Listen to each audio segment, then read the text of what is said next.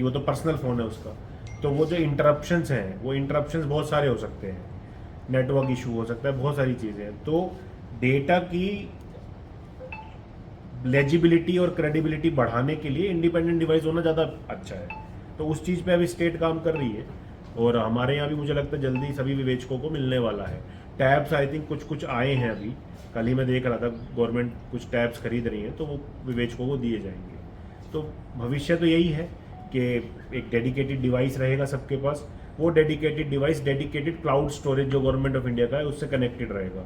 वो जो cloud storage है वो डायरेक्ट सीसीटीएनएस को, मतलब विवेचक को सीसीटीएनएस से, सीसीटीएनएस को आईसीजेएस से कनेक्ट करेगा। तो आपको जो आपने अपलोड कर दिया साक्ष्य, वो साक्ष्य सीधा जब चालान पेश हो जाएगा तो कोर्ट में गवाही के समय वो साक्ष्य सीधा कोर्ट खोल के देख सकती है। आपको उसकी डीवीडी पेन ड्राइव में कॉपी देने की अलग से ज़रूरत नहीं पड़ेगी। हम जाओ उस दिशा में रहे हैं, तो थोड़ा समय लगेगा क्योंकि सारे सिस्टम्स को उस कोऑर्डिनेट करना पड़ेगा, लेकिन वैसे ही हो रहा है अभी। 1 जुलाई 2024 से भारत के जो 3 मेजर क्रिमिनल एक्ट्स हैं, आईपीसी, सीआरपीसी और इंडियन एविडेंस एक्ट, वो तब्दील होकर बीएनएस, बीएनएसएस और बीएसए में तब्दील हो गए हैं। और उसी के लिए लगातार राजनांदगांव पुलिस और प्रशासन जागरूकता अभियान चला रही है। सभी वर्गों को, सभी समुदायों को, बच्चों को, युवाओं को, इस महिलाओं को इसके बारे में जानकारी दे रहे हैं अलग अलग सेशंस करके। उसी श्रृंखला में आज पत्रकार बंधुओं को, पत्रकार साथियों के साथ में हमने एक सेंसिटाइजेशन अवेयरनेस सेशन जिला मुख्यालय राजनांदगांव में रखा है।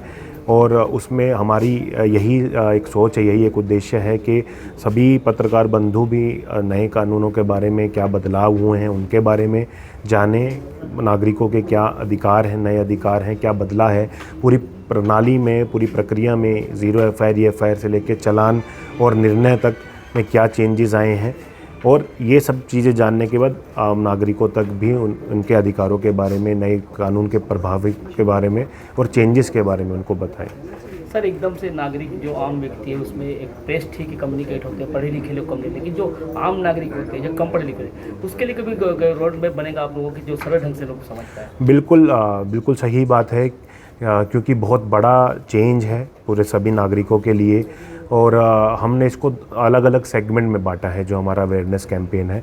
एक तो जैसे जो आपने जैसे बताया कि जो पढ़े लिखे वर्ग हैं, जिनका लिटरेसी रेट ज़्यादा है, तो शहर में या जो गांव के लोग हैं, बच्चे हैं, कॉलेजेस हैं, स्कूल्स हैं, चैम्बर ऑफ कॉमर्स हैं, जनप्रतिनिधिगण हैं, उनके लिए तो हम सेशन कर ही रहे हैं।